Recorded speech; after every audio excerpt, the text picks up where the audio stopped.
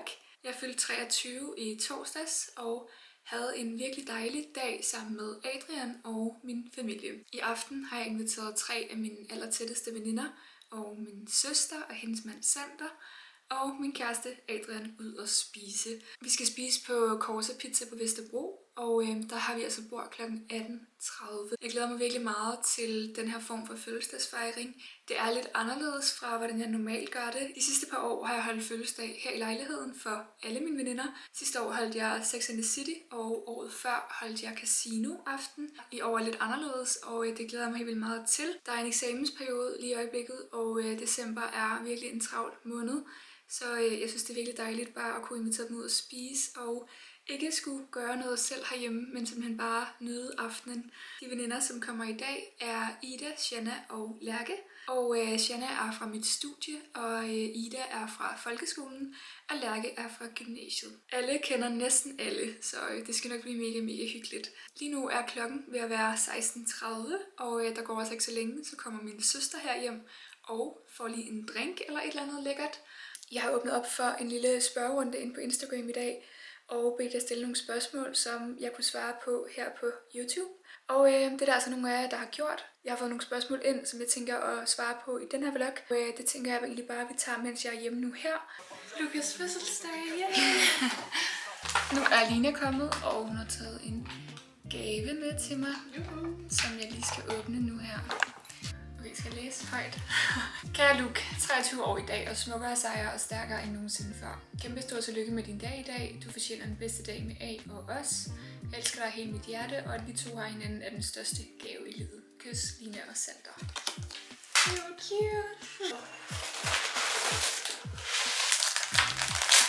Det er lige sådan noget, du skal tage med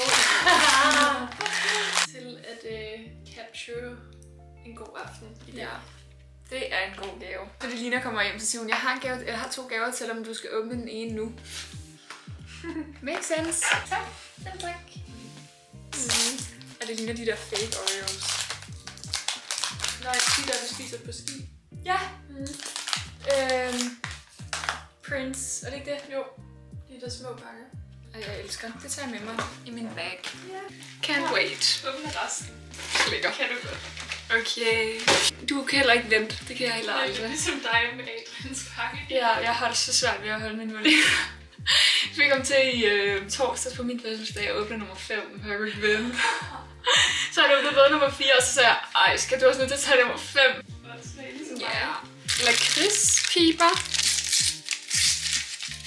Ej, det er en Sensi vippeserum, og det er altså en, jeg har haft på min ønskeski, og jeg glæder mig sindssygt meget til at prøve den. Tak, Linse.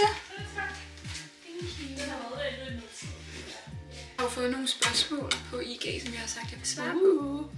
Ja, I morgen eller hvad? Nej, vi tager dem bare nu. Okay. Okay. Og lige tilbage til de spørgsmål, som jeg sagde, jeg vil svare på. Bor du til leje, eller har du købt din lejlighed? Det er det første spørgsmål. Jeg har købt min lejlighed. Det er en andelsbolig, og den ligger på Amagerbro. Jeg har boet her i 2 år, og var så heldig at kunne købe den her lejlighed af min søsters veninde Anna og hendes mand Anders, som boede her før. Du har været glad for at bo her. Jeg har været så glad for at bo her. Jeg er glad for at bo her. Og næste spørgsmål, kan du komme med det? Ja, det er, hvor du gerne vil hen på udveksling. Vi er stadig meget i startsfasen i forhold til udveksling. Jeg har lige fået sendt min ansøgning afsted gennem CBS og har søgt til Sydeuropa. Jeg kunne godt tænke mig at komme til Italien, men det er jo ikke sådan super nemt at komme igennem CBS, så jeg holder stadig mine muligheder åbne, og så må vi se, om jeg er heldig at komme igennem der, eller om jeg skal til at søge udenom. Der er også en, der spørger dig, hvad du studerer. Jeg læser HA Psykologi. Det er også den linje, der hedder HA Psyk på CBS. Det er erhvervsøkonomi og psykologi. Jeg er på 3. semester, og så er jeg startet for 1,5 år siden på bacheloren. Og jeg er virkelig glad for det. Det er nogle virkelig interessante og spændende fag. Og lidt crazy ting på, at jeg allerede er halvvejs. Det synes jeg godt nok er gået mega hurtigt. Nu tænker jeg lige at få lavet de her drinks færdige. Vi laver espresso martini, og så kommer Adrian lige med et øjeblik. Og så tænker jeg, at vi tager en Uber mod restauranten. Guess who has arrived? Du kan da gå virkelig rundt sådan, i hele butikken og filme og zoome ind, og du ved så meget. Det er det, og hun gik rundt. Skal vi sætte os ind? Ja. Yeah. Tiden går. Lad os gøre Vi det. skal gå om noget tur. Jeg snakker om at bestille en Uber. Ja.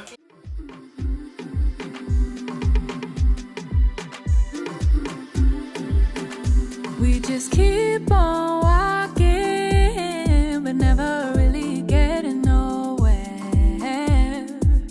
It's like we keep on talking, but never really saying nothing.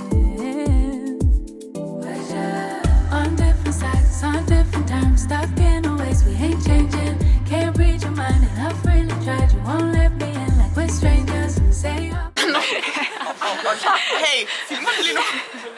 Yeah! Du vil ikke tage lyd på.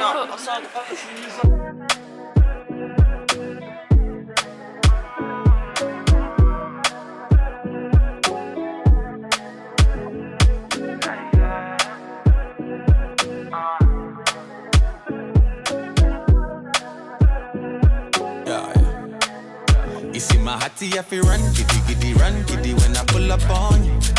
Yeah, I mean, I feel act when I see you blush.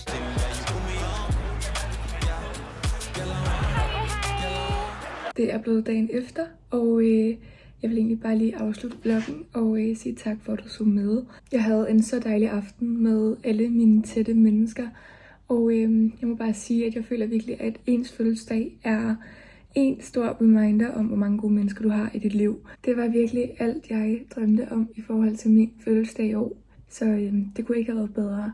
Jeg håber, at du har nydt at se med i vloggen, og så vil jeg egentlig bare ønske dig en mega god dag, og så ses vi i min næste vlog.